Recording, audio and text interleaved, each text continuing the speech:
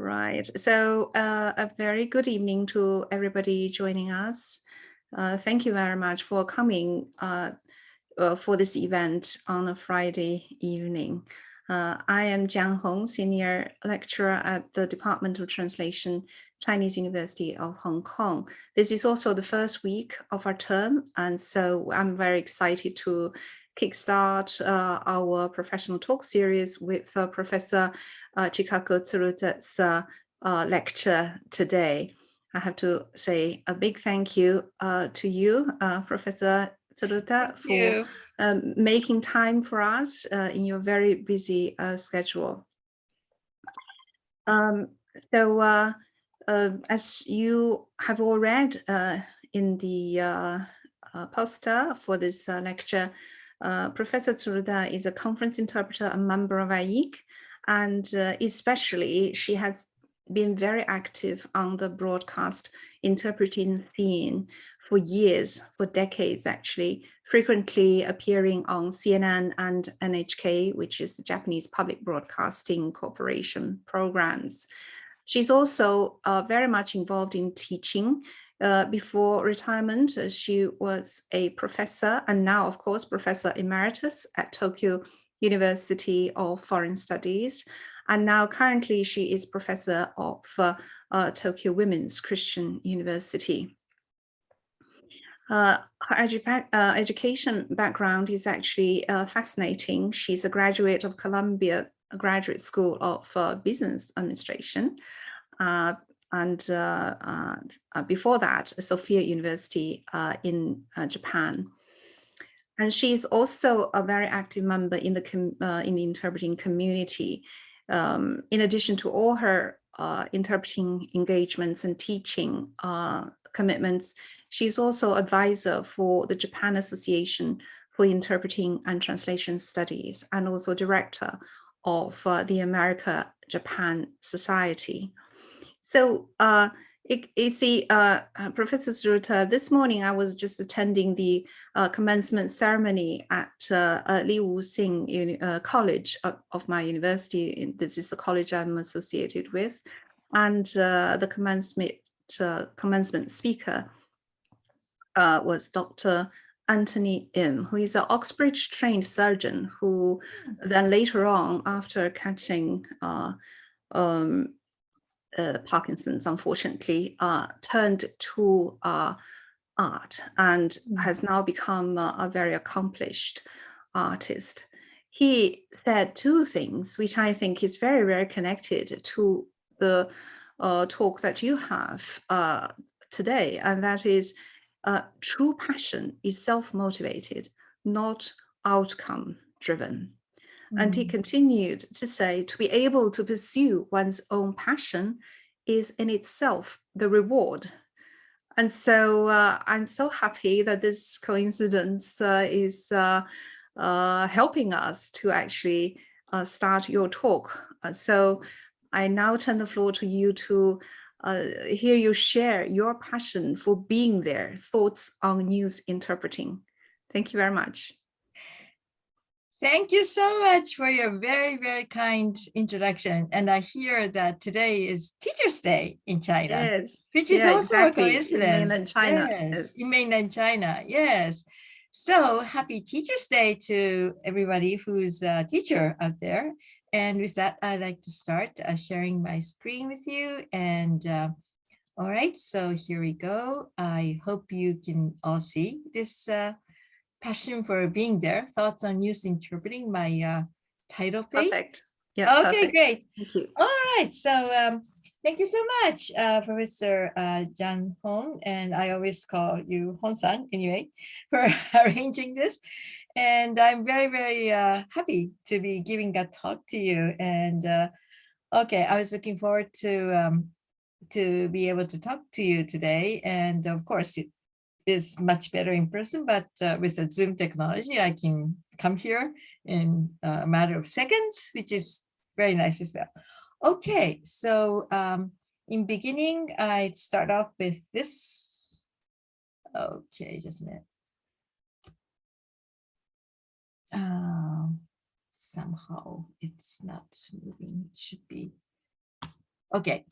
Yeah. So thank you for the kind introduction already. So you have given my introduction. So I'm a conference interpreter, broadcast interpreter, professor at Tokyo Women's Christian University, and Professor Emeritus at Tokyo University of Foreign Studies. And there is one other thing that I just want to tell you about, which was not mentioned by the introduction by Professor Jang Hong. And that is that, I have given a talk at last year's ATA, or American Translators Association conference. And my title was about handling English for the 2020 Tokyo Olympics.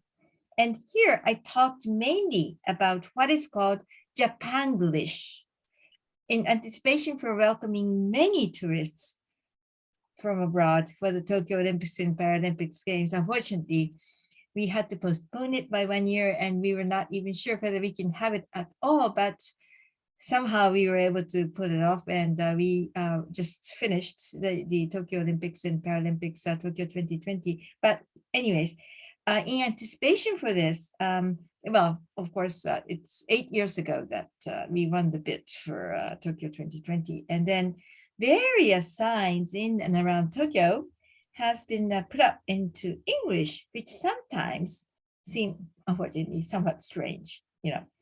And because of COVID-19, things have drastically changed. And then some terminology that we borrowed from COVID-19 and put into English, or sorry, put into Japanese, was very weird as well, because of the effect of so-called Japanglish. And with that, I was motivated to form this group, Association for the Improvement of Public English in Japan. And this I started with fellow graduates from the Columbia Business School. And well, there were 8 of us who got together and said that something must be done to improve the quality of education in public places in Japan. And well, I did not intend to be the leader in the first place, but somehow the other 7 told me that, oh, you should be the leader. So here I am. I'm also leader of the Association for the Improvement of Public English in Japan. Okay, so then about broadcast interpreting, this is another change that has been imposed on us from COVID-19, is that the use of Zoom, of course, you're using Zoom now, and other technologies in reporting due to COVID-19, which changed many things. And one thing that's directly impacting in my profession as a broadcast interpreter is that interpreters don't need to be on the scene of major events when they happen, and we can interpret from air-conditioned rooms in broadcast stations rather than going on to very hot places in the summertime. For example, for the Hiroshima and Nagasaki peace ceremony. Well, I'll talk about that later, but well, so not everything is bad due to COVID-19. Anyway, okay, so that's my introduction. And the structure of today's talk, I would talk about broadcast interpreting, mainly news interpreting, passion for being there. Of course, it refers to the fact that we are on the scene usually, or real time as the news is happening. That's what I mean by passion for being there. But I have been in the field of interpreting for over a quarter century, and this field of interpreting entails newsworthy events ranging from all walks of life, actually, politics, economy, natural disasters, to sports and entertainment. And I discuss what broadcast interpreters do in terms of the uniqueness as compared to other types of interpreting, for example, conference interpreting, and what efforts are needed to convey real-time news events as they come on the air, and trying to match sound, voice, and form and content of the news so as to synchronize with the news reporting conveyed on the TV screen. We have to be in sync with the screen. And that is one constraint of broadcast interpreting, I think. And I would conclude my speech with suggestions as to what the future might entail in this interpreting arena, together with insights and advice for any one of you who might want to enter this field. Okay, so this is my outline, as you see on the right hand side. Okay, so those 4 points I'd be going through. Okay, now to start off from the overview and broadcast interpreting into Japan, I start with the English into Japanese part first. And today would focus mainly on English-Japanese language combination, although there are other languages news that is conveyed with broadcast interpreting in Japan. Of course, Chinese news. We have Hong Kong ATV that's broadcast in Japanese every morning. I think it is, yes. And then here, broadcast interpreting is used to describe those interpreters that predominantly interpret for TV programs. And broadcast interpreting has come to hold a unique position in Japan. In various European countries, and also in South Korea and other places in Asia, as I understand, interpreting for TV is done on an ad hoc basis, meaning, for example, Academy Award ceremony or something that special. But what is unique about Japan is that interpreting for TV is part of regular TV programming.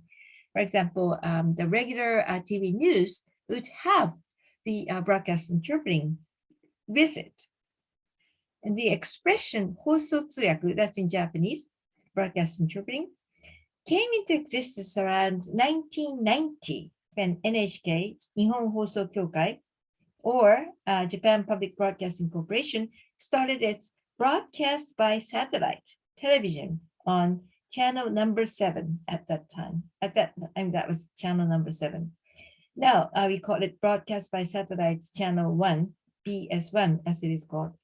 Well, so this channel was dedicated to sports and news. And from around 1988, test operations using conference interpreters took place, and NHK began to regularly broadcast the news from around the world. For example, from the United States, Europe, and Russia. So the coverage has expanded to include news from Asia, the Middle East, and South America, and interpreters in language combinations other than English-Japanese are also employed regularly. And major news events such as September 11, that's tomorrow actually, tomorrow will be the 20th year from the September 11, 2001. And the coverage of the Iraq War of 2003 were translated from English-speaking media for Japanese audiences. So that's into Japanese part. And there are other dedicated news channels such as BBC World or CNN that regularly interprets with broadcast interpreters into Japanese together, broadcast live and using a simultaneous mode on cable television from early in the morning until late at night. And JCTV or Japan Cable Television broadcasts CNN News in Japan from 7 a.m. until midnight.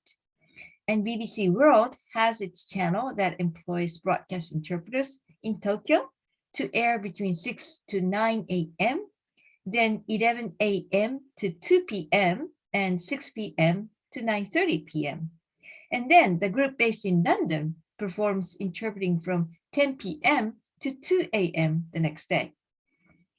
Okay, here another thing I would like to add is that there are differences in the nature of what news should be interpreted due to the different character of viewers into Japanese. I'm now talking about into Japanese part, and find interesting listening to overseas news. And Japanese viewers in general are keen to receive news information from the West. And maybe that's because we are accustomed to being taught English as a foreign language from junior to high school, and with the inflow of Western cultures since the end of the World War II in Japan, that we want to know what's happening in the West. For example, news concerning Prince Harry and Meghan or the US election would command much attention. And major news events in the overseas countries commands much attention, maybe sometimes even more than news events happening in Japan. All right, so that's into Japanese part. Okay, now going on to into English from Japanese part. In the case of English into Japanese news interpreting, the focus is getting the attention of Japanese domestic viewers and providing some news that would suit interests. In the case of Japanese into English, news interpreting, what is called for is to convey what is happening in Japan to overseas viewers and to raise awareness and interest of overseas viewers in English about what's happening in Japan. Hopefully, they would be interested in what's happening in Japan as much as we are interested in what's happening abroad in English-speaking countries and English-speaking media. Okay, and one event, this is a very big event, actually, that drastically turned the tide in the area of Japanese to English interpreting is those series of events, the Great East Japan earthquake and tsunami, followed by nuclear accident, unfortunately, which happened on March 11, 2011, that warranted the use of interpreters from Japanese into English for NHK World Japan. That's the international division of NHK, our Public Broadcasting Corporation. And here I heard from the editor of NHK World Japan that the broadcasting of this major disaster made this editor realize what a safe country Japan was up to that point. And before that, no major news about Japan had been reported in English, actually. And after the March 11 incident, at one point in time, even on the English into Japanese interpreting side, this disaster was taking much airtime and was repeatedly broadcast.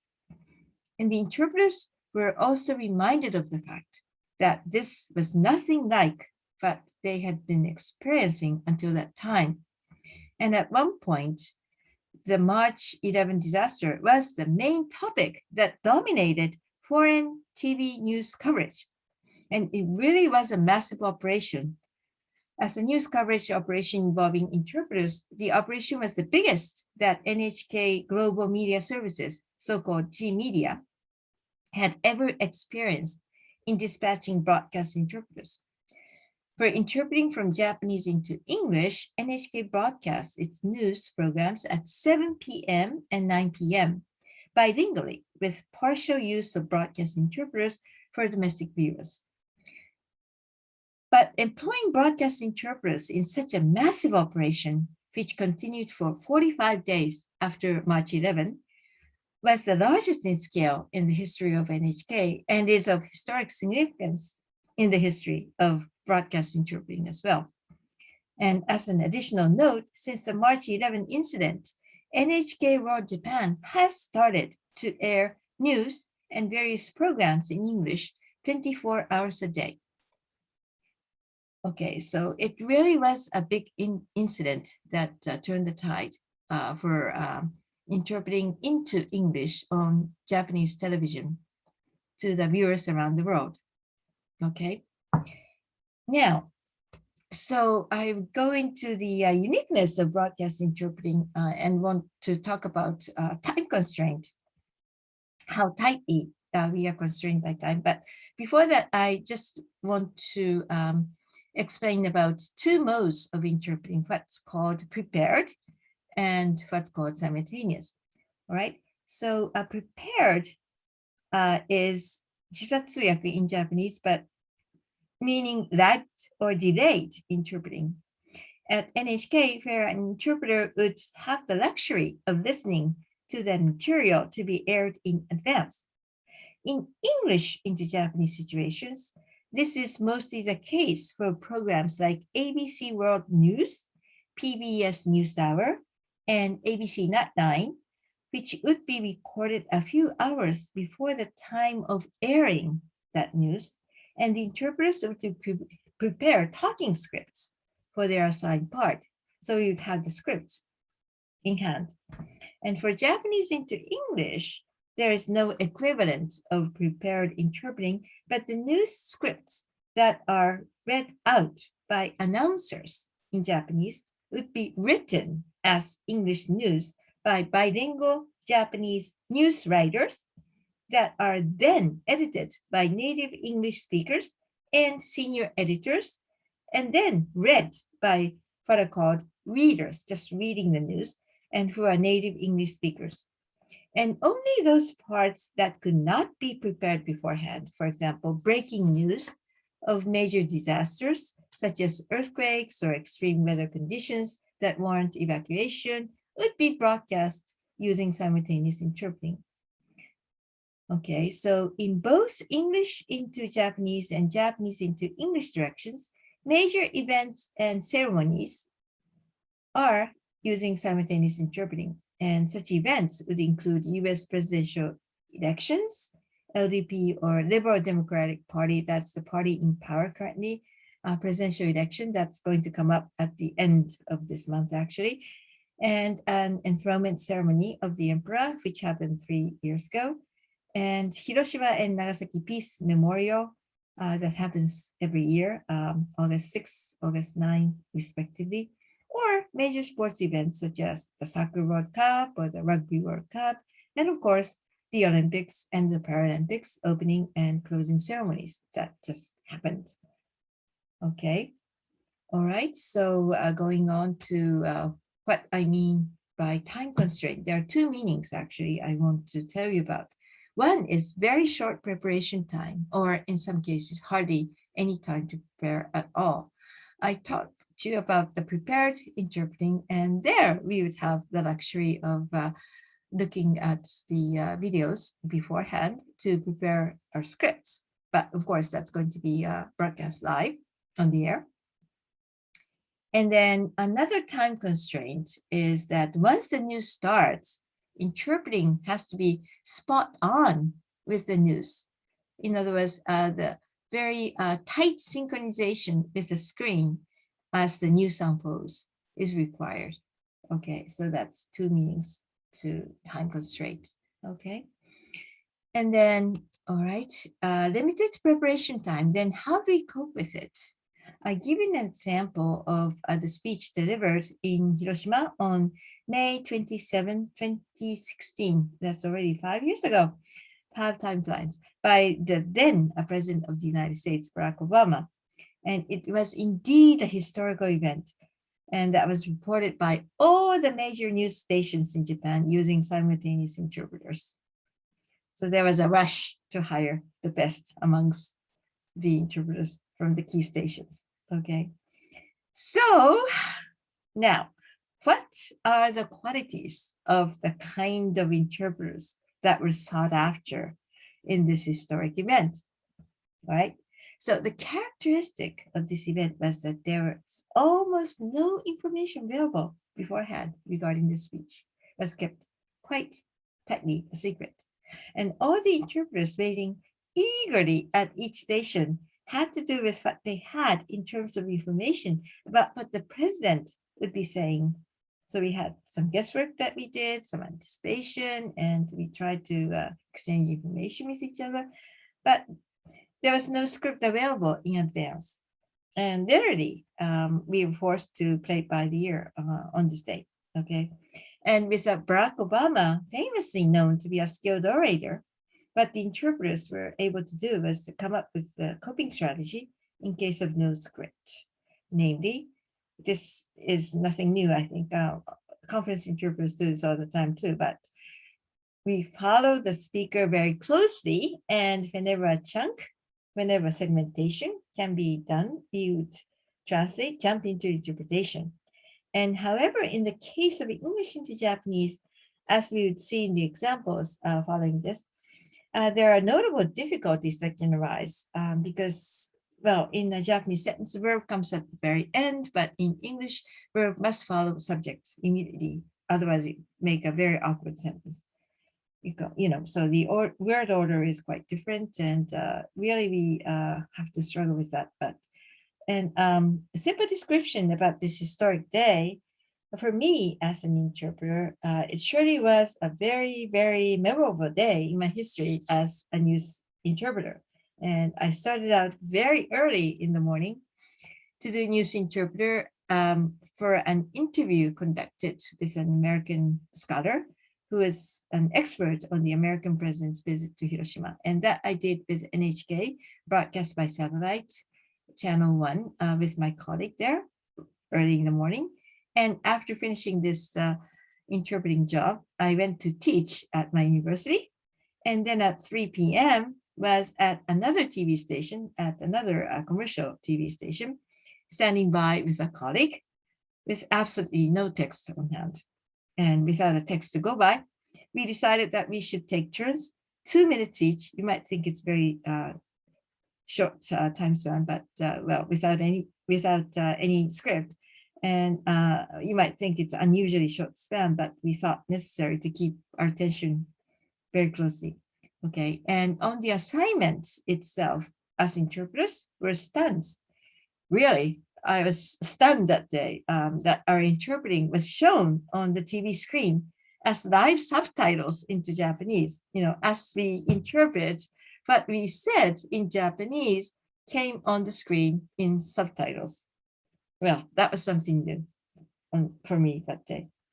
Then, after having finished this interpreting assignment, I had another job to do at a news agency that asked me to complete a model translation of the Obama speech and to explain the key points of the speech, which the news agency would send to local newspapers to be covered the next day. And it was quite fortunate for me that the TV station and this news agency were quite close to each other and within walking distance. So I went there and finished that job and finished close to midnight and was arranged to ride in a limousine by the news agency. And it was indeed a long day.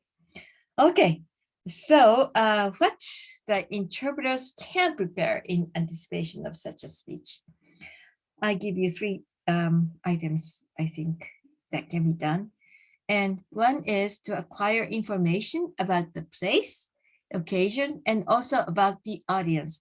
I think who's listening to the speech is almost as important as who is speaking, because communication is both directions.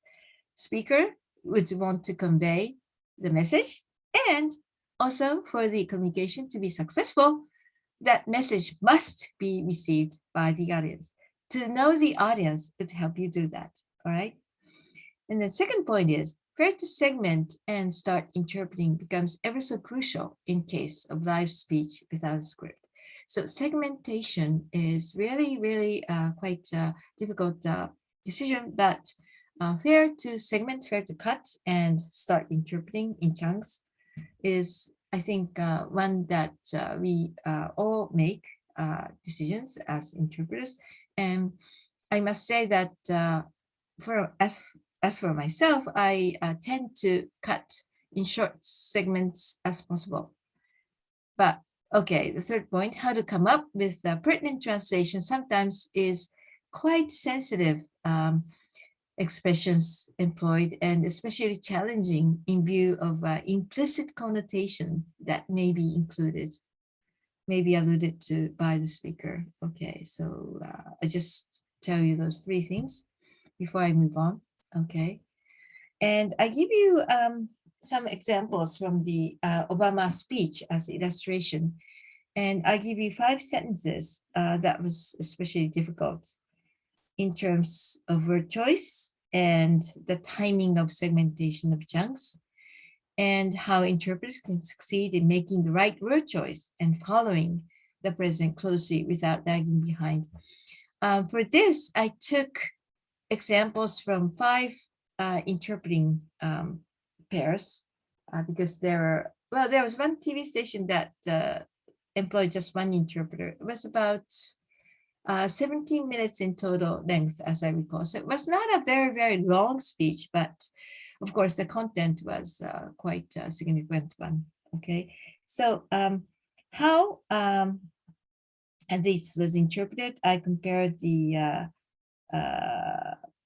5 interpreters. But okay, just a word about the fact that we really have to be quick. We really have to be making anticipation. I skipped an example that I meant to tell you in the last part. Okay, so one example that I recall very vividly is from the Soccer World Cup opening ceremony held in Russia in 2018. The FIFA chairman suddenly gave his opening words in Russian instead of English, as anticipated. And here, my colleague interpreting from Russian into Japanese quickly took over, so the communication went smoothly. So there was no script provided beforehand, but I just want to note that quick thinking and quick response with collaboration with a partner on the job is always essential. Okay, so 5 examples from Obama Hiroshima speech. Okay, so 5 different examples from live simultaneous interpreting that I compare to draw conclusions from each of the 5 examples. Okay, so the first one is the very first sentence of Obama's speech in Hiroshima, the starting or the opening line. 71 years ago, on a bright cloudless morning, death fell from the sky and the world was changed. Okay, so I felt that the expression death from the sky caused variations in word choices employed by each interpreter. As I said, I compared 5 cases, and interpreters have to make judgment about what is meant by death and to what extent should be explicit with a word choice. Though from the context, it is clear that this meant a bomb, and how to express this, a decision has to be made in a split second. Okay, so in terms of chunking, the shortest chunk is by an interpreter, actually myself, to stop after 71 years ago. I formed the sentence there. It was 71 years ago. Already created a sentence in Japanese at that point. Yeah, he wasn't going very fast, so I was able to do that. And I really tried hard not to be left behind. Okay. So second example is this. Why do we come to this place, to Hiroshima? We come to ponder a terrible force unleashed in the not so distant past. It is not clear immediately just by listening to this part what a terrible force would mean. But it's obvious, it's a metaphor. But how can that be transcribed so that it can be taken as a metaphor in a comprehensible manner? That's a challenge. Okay. And then the third example, but this is such a long line. Yet, in the image of a mushroom cloud that rose into the skies, we are most starkly reminded of humanity's core contradiction, how the very spark that marks us as a species, our thoughts, our imagination, our language, our tool-making, our ability to set ourselves apart from nature and bend it to our will, those very things also give us the capacity for unmatched destruction. Wow. So what happens here is, well, the first thing I'd like to point out is how to express the image of a mushroom cloud. Of course, it's obvious connotation that what is really difficult is that this is used as subject with that clause. And then there's a long explanation pertaining to humanity's core contradiction. And where to segment is quite problematic. If one starts too early, the interpretation might not be a comprehensible rendition, but if one waits too long, there is a real risk of information being lost. So you have to make, you have to take the balance of how best you can perform your job. So looking at the sentence in a script, it's clear that the explanation is about humanity's core contradiction. But for simultaneous interpreters performing online processing and intently listening without a script, the judgment as to where to segment has to be made on the spot, you know. So here, my decision was to make the shortest segmentation and use connectives to make sense in the Japanese rendition. So that's how I would do it. And how I might advise you to do it. Okay. The fourth example, we may not be able to eliminate man's capacity to do evil, so nations and the alliances that we formed must possess the means to defend ourselves. So I really, my attention was caught on this to do evil, and I was pondering as to what to select the word as a verb, so my thinking kind of stopped there. But just reflecting back, it's pretty obvious that what President Obama wanted to say was that there might be some evil people out there who might use horrific weapons, so that we must possess the means to defend ourselves, meaning that we must possess something that we can do to retaliate in case that we are attacked, or in other words, that we should possess weapons of mass destruction. I might say that very explicitly, in order to protect ourselves, or to have it as a force to contain the other people who might try to attack us, But thinking back, I can understand what this meant, but I really kind of stopped when I heard the word to do evil, how to express that. And then the alliances that we formed is followed by must possess. So, and for the interpreters, it's not clear what Japanese word should be selected as a verb just by this online. Okay. So going on to the last example from the Obama speech. Well, this is actually the very last line in his speech. That is a future we can choose, a future in which Hiroshima and Nagasaki are known not as the dawn of atomic warfare, but as the start of our own moral awakening. Okay, here I was completely caught off guard. I thought that as soon as he mentioned dawn, I was anticipating that something to do with the evening would come, dawn, sun going up, and then the sun going down. But that wasn't how it progressed. So anyways, so anticipation, if it doesn't really hit, sometimes the interpreting can be quite messy, sorry. But this is indeed a very powerful ending to an oratorical speech, but it's a tall order, I think, to get it right without a text. And in fact, in honesty, this interpreter did not make a successful rendition, I must confess. Okay, I try to win everything, but not successful, of course. Well, unfortunately, yeah, I try my best, but sometimes I can't win. All right, next point is synchronicity with the images on the screen in sync and follow the speaker.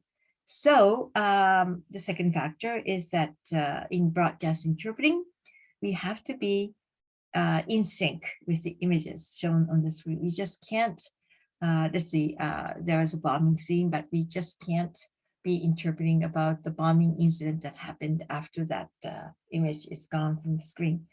Okay, so we have to be spot on, okay?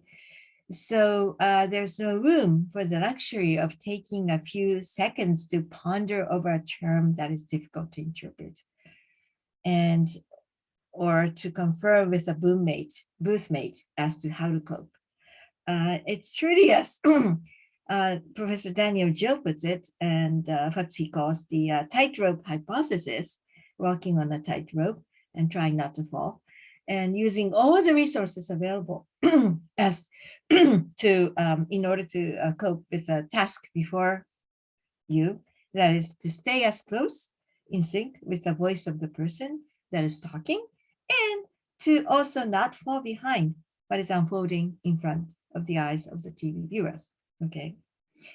And to give a few especially pertinent examples, noteworthy media events that took place in the past few years that this speaker, myself, was involved in, events such as interpreting for the NHK World Japan, a major event that takes place that unfolds in real time in front of TV viewers.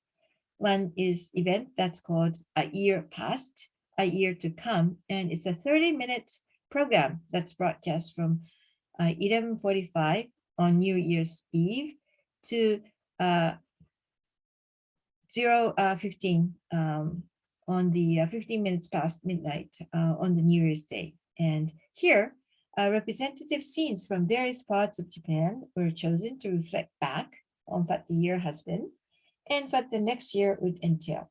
And the program aired between 2018 and 2019 to commemorate the passing from Heisei to the next era of the emperor, now called Reiwa. Okay. And other example I would give is Hiroshima and Nagasaki Peace Memorial, where literally interpreters need to be in sync with what is unfolding before the viewer's eyes. As I had said at the outset, one remarkable effect that COVID-19 imposed on us is more use of remote communication technology, and that there is no turning back. Not only is Zoom and other remote conference technologies now extensively used for university teaching, such as now, it is for news reporting purpose as well. And there is no turning back, as the genie is now out of the bottle, so to speak. Okay, but not everything is bad, as I was saying. It used to be that when the broadcasting of NHK World Japan and interpreting was needed to be performed on site, that we had to travel to Hiroshima and Nagasaki together with the newscasters and the technical crew. And since we have to start from early in the morning, everyone on the team needed to travel one day ahead of the event. And the script would be made for the NHK domestic broadcast and be finalized the night before. So the interpreters needed to stay up until quite late in the evening to prepare a talking script for the newscaster, along with the preparations necessary for all the dignitary speeches, such as the prefectural governor's speech and the mayor's, along with A-bomb survivors' representative speeches. And now we can do interpreting from air-conditioned rooms. That's much better within the broadcasting station. Okay, so getting back to the subject of synchronicity, it so happened once at Hiroshima Peace Memorial Ceremony that the Prime Minister Abe at the time, would allude to the sounds of cicadas, usually a very familiar summer sound, in the surrounding areas of the Memorial Park. However, perhaps due to not so good weather that day with occasional soft rain, or maybe just inadvertently the Prime Minister skipped that part in the Japanese script. And of course, when this happens, the interpreter should follow exactly what the speaker said, not the script. So we are always called to be having undivided attention to what the speaker is speaking, rather than just read off the prepared script that we made for ourselves. Okay. Right. And my views on challenges of news interpreting. Okay. So focusing on news interpreting, there are two notable factors, I think, that make it especially challenging. And one is that the interpreters are addressing a mass audience, and not specialists. Sometimes we don't even know who's listening. So we are talking in a TV station, but we don't know who's listening. And they are not the specialists. And in conference interpreting, sometimes we're speaking to specialists, so we can use the jargon and special terminology. Okay, but not in the case of broadcast interpreting, since it's for the general audience. Okay, and two, that the proverbs, idioms, metaphors, and culture-specific terms that would inevitably appear in speeches by politicians, for example, especially if that is in a live news conference, cannot be given as much attention they would deserve in view of the two constraints already mentioned in the previous discussion. Thus, how to ensure the need in the case of understanding and at the same time accurately conveying the intended meaning by proverbs, idioms, metaphors, and other culture-specific terms voiced by politicians in particular are especially challenging. Yeah, we can't spend much time trying to think about just one expression for a particular proverb or anything that might turn to be pretty difficult. Okay. And then ease of understanding and examples from COVID-19 related news. Okay. So various terms came to be used in the news interpreting of COVID-19 that the Japanese audience was quite unaware of until that time. As alluded to at the outset, it's true for Japan and for the world that COVID-19 drastically changed our lives, and in so doing, introduced new, unfamiliar terminology. And what happened in Japanese reporting of the COVID-19 related news is the use of what is called Japanglish.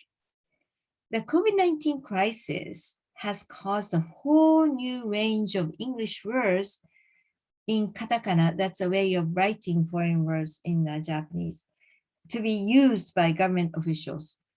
There have been concerns that for ordinary Japanese, especially for senior citizens, those words are not easily understood. And there are actually many words in this context in Japanglish used differently from how they are used in English. Originally, they are English words, but as they were incorporated into Japanese language in the form of Japanglish, they had their own meanings. Okay, as in the case of the government usage of Japanglish for administrative use, one cannot help but think that these words are used to add an extra air of authority. Something that cannot be understood easily must be something fancy, and something important, that kind of a mentality. To give an extra air of authority.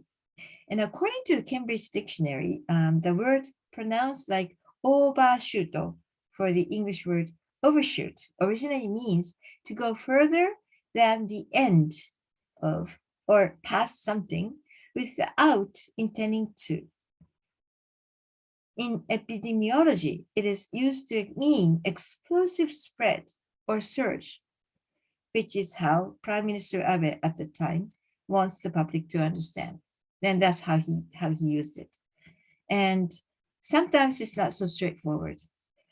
And on March 23rd, Tokyo Governor Koike Iriko said at a press conference that she may be forced to take strong measures such as a lockdown.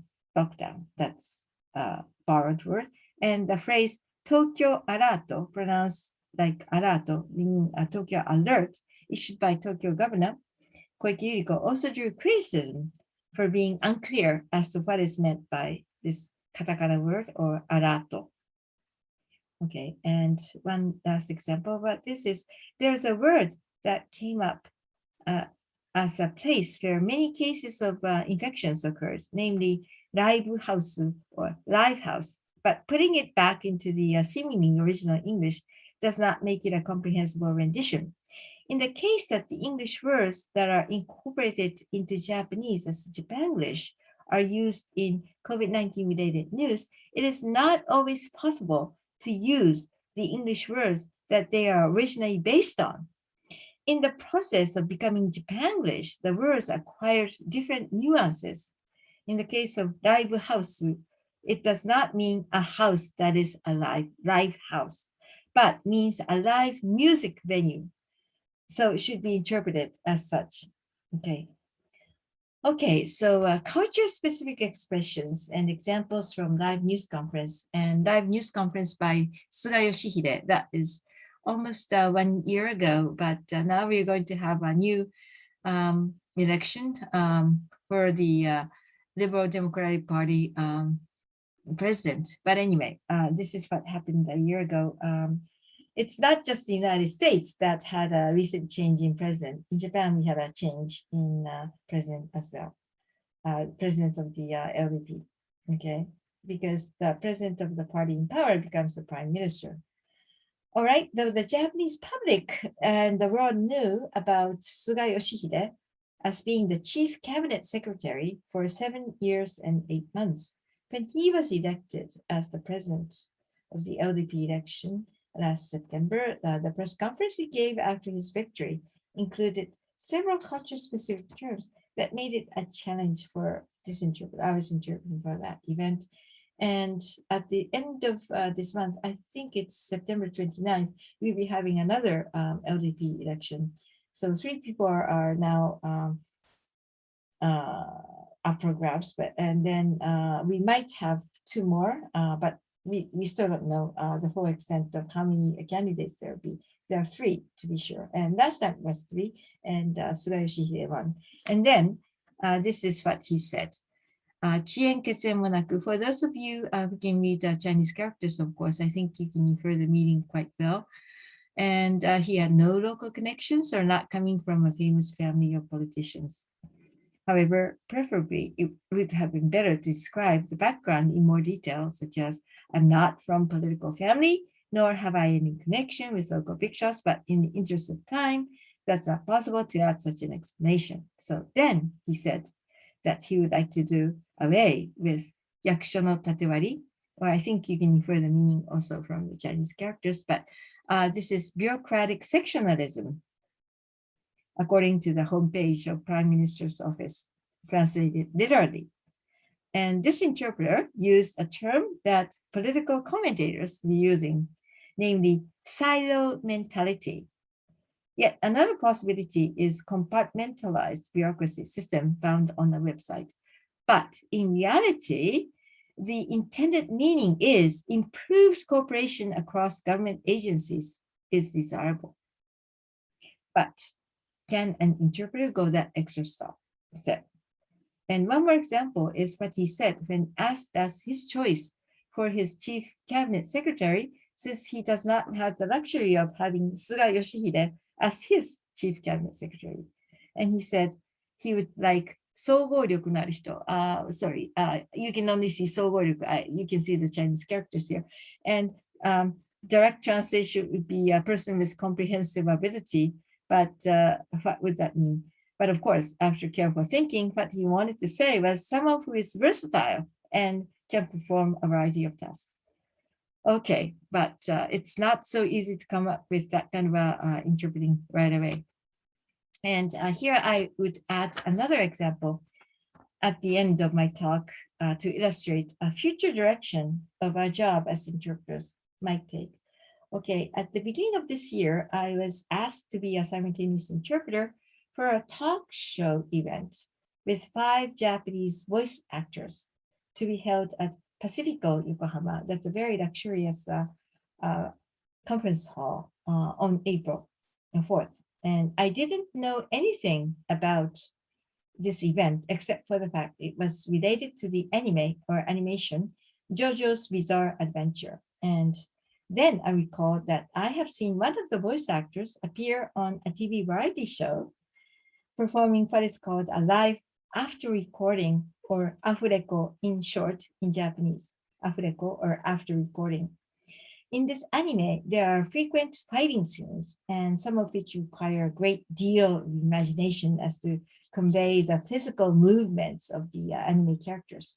And furthermore, the job is not to be performed in the conventional way of broadcasting the simultaneous interpretation. But in order to let the voice actor's voice be heard as they speak, the simultaneous interpretation by 2 interpreters, myself and my colleague, is to be used in producing subtitles and to be distributed on a live broadcast to the world. And later I heard that not only the Japanese English translation, but there was actually a simultaneous translation into Chinese done elsewhere to similarly produce live subtitles. So that's something new, employing the voice of simultaneous interpreters. And looking at the website for this event, I don't see the word interpretation at all.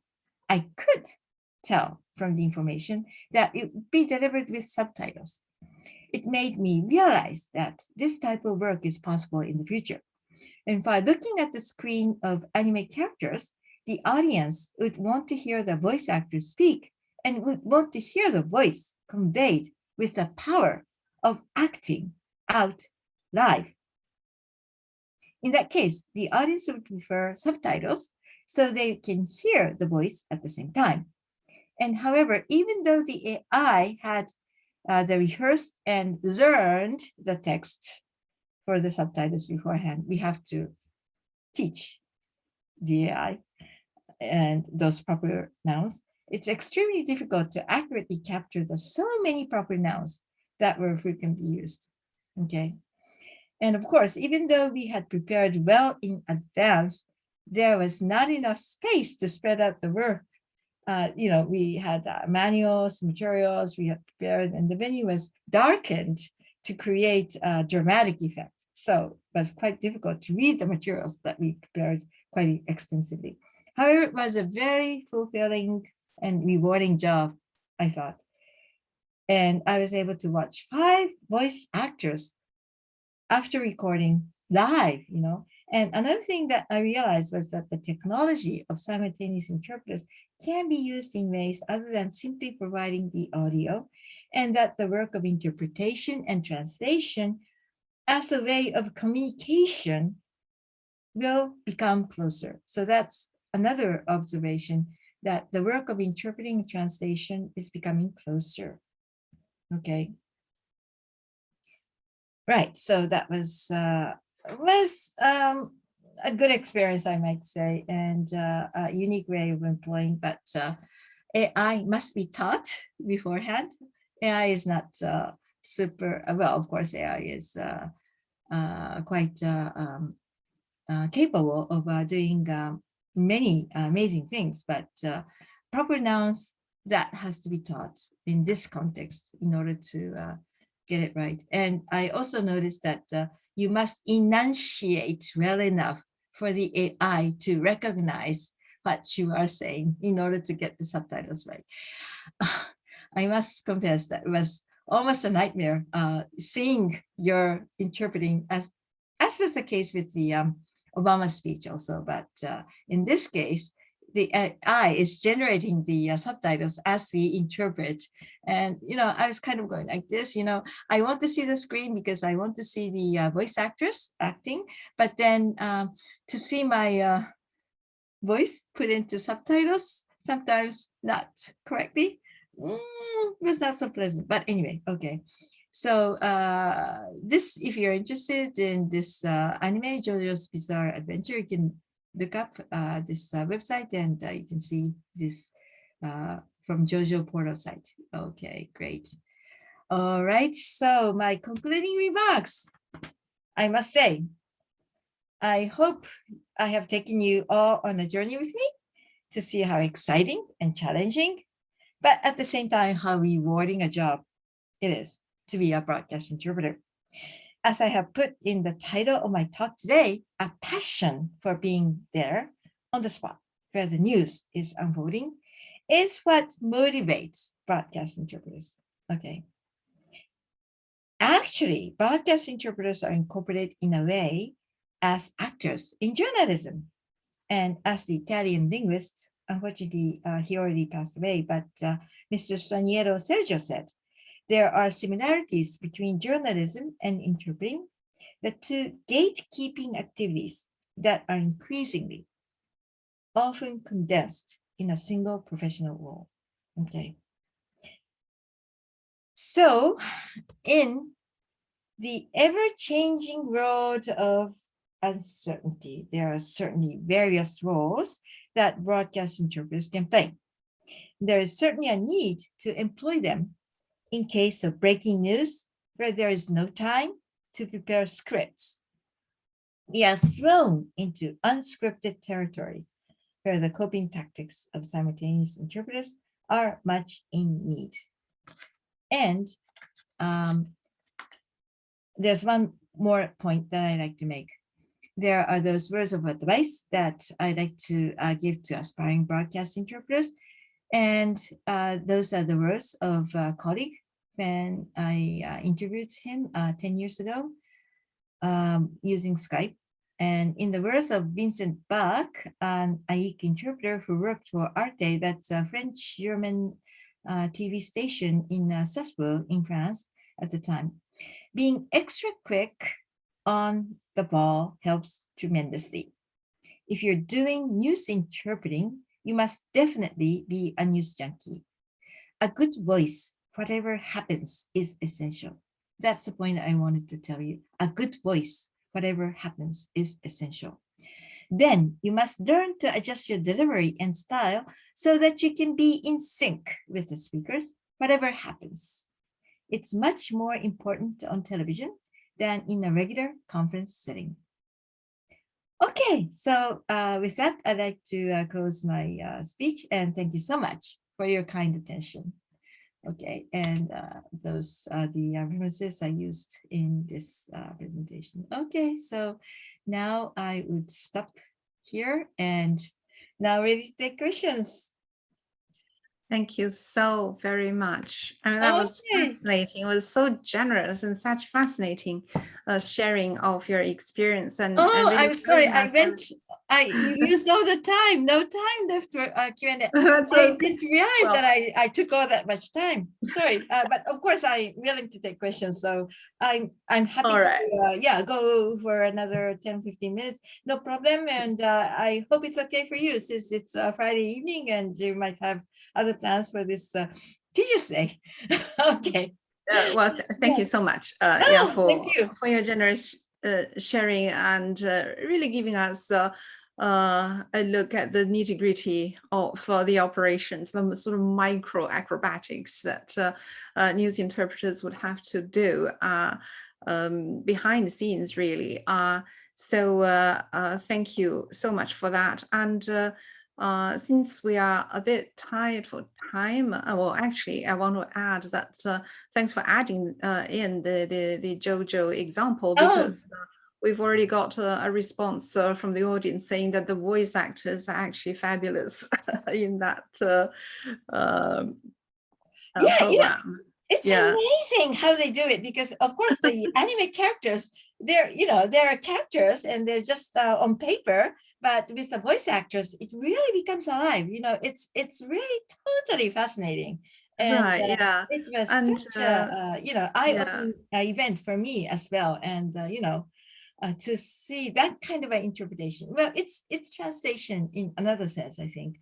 From just anime on 2 dimensions into 3 dimensions, and the combat scenes and whatnot that really makes them come alive, literally speaking. Well, sorry. Actually, after hearing, when I was listening to your talk, I had so many questions boiling in my mind, but I think I'll just give the time to our audience, and we've got 2 of them. I think the first one, you probably need to click the Q&A button and see it, because there's Japanese there and I can't read it. Okay, sure. This is with coronavirus, that's coronavirus. Yeah. Okay. Yeah, exactly. And okay, lots of nice words about your talk there as well. Oh, thank you so much. Well, coronavirus is coronavirus in English, but it's as this Cho Ki-san says, coronavirus sound more like common cold viruses than high-end virus, meaning that's the influenza virus. But coronavirus, we don't think, we say in Japanese, shingata corona or new coronavirus, but COVID-19 is a term used in English usually, isn't it? So I think COVID-19 is probably how I would interpret if I'm interpreting into English. But yes, I think you're right, Chowan-ki-san, that coronavirus sound more like common cold viruses than the influenza virus. Yeah, right. Okay, fine. Very good. So we have more questions coming in, and the next one is from Fan Yao Kwan. Why do you think that broadcast interpreting doesn't quite exist in the same way anywhere else in the world as it does in Japan? What may be the cultural reasons behind? Good question. And I often think about this as well. But I think what we are very much interested in is that how the other countries would portray the news. We would like to hear how the news is conveyed in other countries, and then to directly translate that into Japanese to see how the other news media is transmitting the news in their own countries. So of course, there are other ways of gathering news. Of course, we can have foreign correspondents, or we can have news reporters from key stations go and report the news.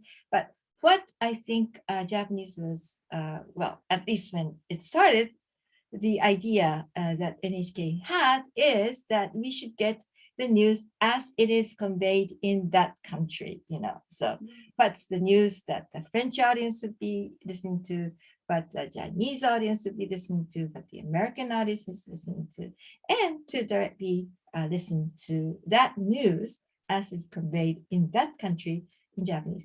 But I don't know. Would you have that kind of a fascination? Would you think that it's important to hear what the other countries, how they're getting the news? I'm not actually very sure about the editorial policies of these TV stations or radio broadcasters.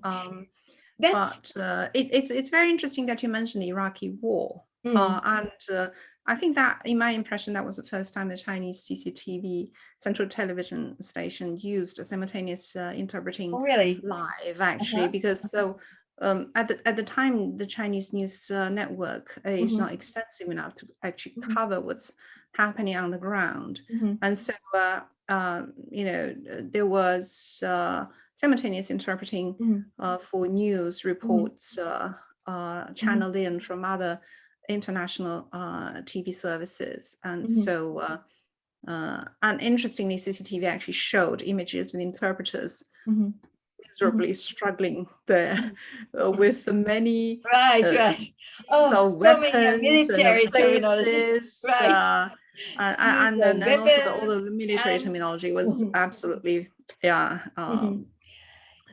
So right. I think you raised a very good point about it. So somehow when there's limitation as to what you can do on your own by sending reporters on the scene, or when you want to see the other people's view about the incident, I think those things are what motivated Japanese news corporation, the public broadcaster NHK, to employ simultaneous interpreters to broadcast with simultaneous interpreting news as is broadcast in other countries.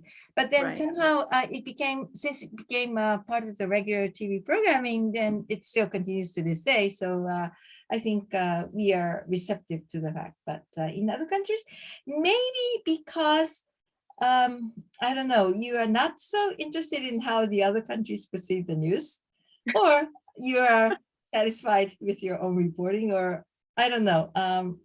But these are just my guesses. But maybe we are very concerned.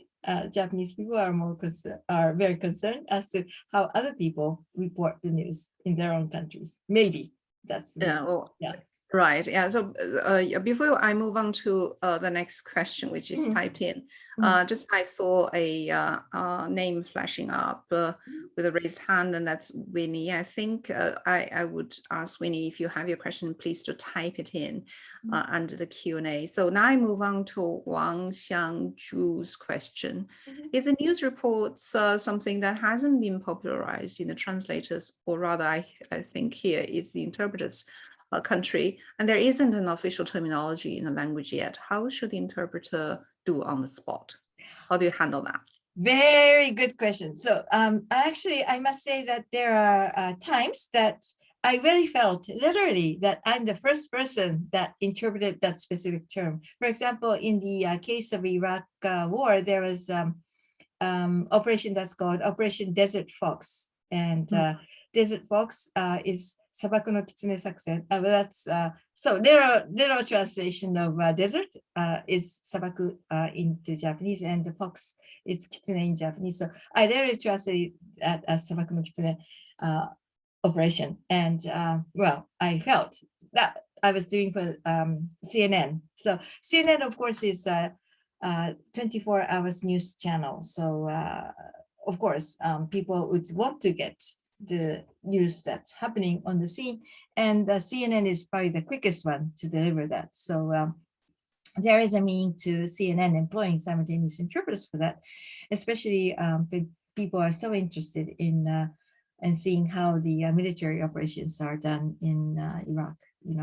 So yes, you have to do your best. You have to master up whatever you've got inside you and do the best you can on the spot when there's no official translation. But if sometimes it's even more tricky when there is official translation, but that official translation might have several variations. For example, very recent example I give is that I worked for what's called Tokyo Media Center, or TMC as the abbreviation for Tokyo Metropolitan Government. And Tokyo Metropolitan Government, in setting up the Tokyo Media Center, meant to give briefings in the morning, and then give what's called a TMC talk by those dignitaries about topics related to either city of Tokyo or to the Olympics or the Paralympic Games.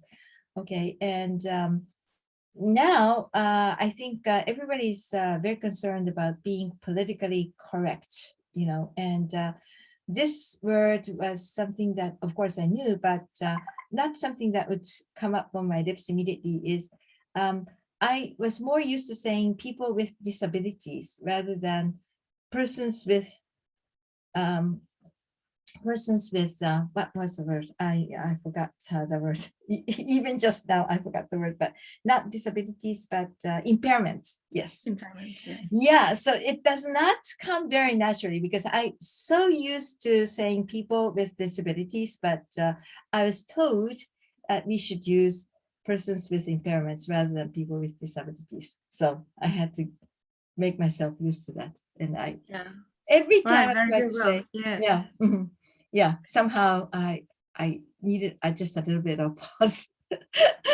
Persons with not disabilities, but I know. That kind of a thing. Yeah, I know that process. Yeah. Actually, there's a related question posed by Sarah Chu here. Could you please share any scenarios of balancing between jargons and the understandable terms to the general public, such that the outcome remains specific but not too generalized? Very good question. Yes, Yeah. I think that's something that would come up, for example, in case of a court interpreting as well, because sometimes the judges or the lawyers would use very difficult law or terminology related to court procedures that the others in the courtroom might not be able to understand immediately. But I think what must be done is that you use the specialized terminology if the original speaker uses the specified terminology. But then it's not the role of the interpreter to explain the terminology to the audience or to the other people in the room, but it's rather the role by the speaker to clarify if the meaning is not conveyed accurately or easily to the people in the room or to the audience. So I think what I would do is, if the original speaker used a specialized terminology, I'd stick with that, use the specialized terminology. And if there's question, for example, if it's an interview or something, and then if the MC asks to clarify the speaker, and if the speaker can clarify to explain in more generalized terminology, and then the interpreter would follow that and do the explanation. But it's certainly not the role of the interpreter to make the explanation. It's the obligation or the duty of the person who's speaking, I think. But as I said, I really think, on the other hand, that communication is a two-way process, so that although it is important that you get the speaker's message correctly, yes, of course, it's very crucial that you get the message correctly, accurate information, but also you have to make it your job to convey to the audience. So you have to know the audience well enough in order to think that, okay, if I say this, would they be able to get the meaning right? So in the case of TV interpreting, it is ever more challenging because we don't know who the viewers are, So we don't even know who's listening at that time, or which country. In the case of NHK World Japan, it's broadcast all over the world. So we don't know we don't know what the audience would be. Yeah, who's up at midnight in the other end of the road, or So Yeah. To make it easy to understand is also very important, but the point I wanted to make is that it's not our job to explain, So if the explanation is warranted, that is the duty or the obligation of the speaker. Yeah. Okay. Oh, well, very good point. And we are coming to 18 points, 18 minutes past. Okay. The Okay. hour. So maybe we'll just take up one last question, sure, which is coming from a student from Lingnan University, a local university here, majoring in visual studies. Okay. Wonderful. Yeah, so and this comes related to your JoJo example. It's not entirely about interpreting, but this really makes me think about the experience that you had with live transcription. Because there's official translation or subtitles. There's also the fan subs. Yeah, the fans actually voluntarily doing it because of their passion, and therefore may get them into the space of copywriting infringement. Sure. What's your comment on that? Okay, my answer would be that live subtitles or live simultaneous interpreting turned subtitles is valuable because of the fact that it is performed live. If it is to be used as a recorded or a secondary, or then you can use other forms, like in the case of, let's say, I give another example. Let's say that it's a news conference by a prime minister that he all of a sudden decided to resign or something like that. It's important that you do it on the spot, at the real time when he said it. But if you are going to report about it the next day, or maybe just even 2 hours later, you can use subtitles, in a more condensed, accurate language. But the beauty of using of simultaneous interpreting is that you convey it live as it's happening. Okay, but I think that's the beauty and also the limits of simultaneous interpreting.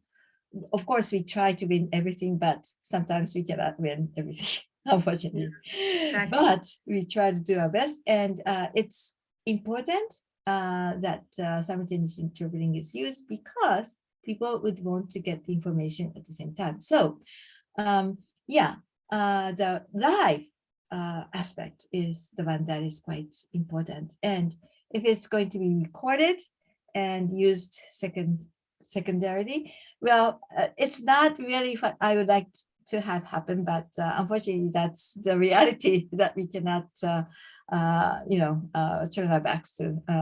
If it's recorded, somehow it remains in electronic space that cannot be erased, unfortunately.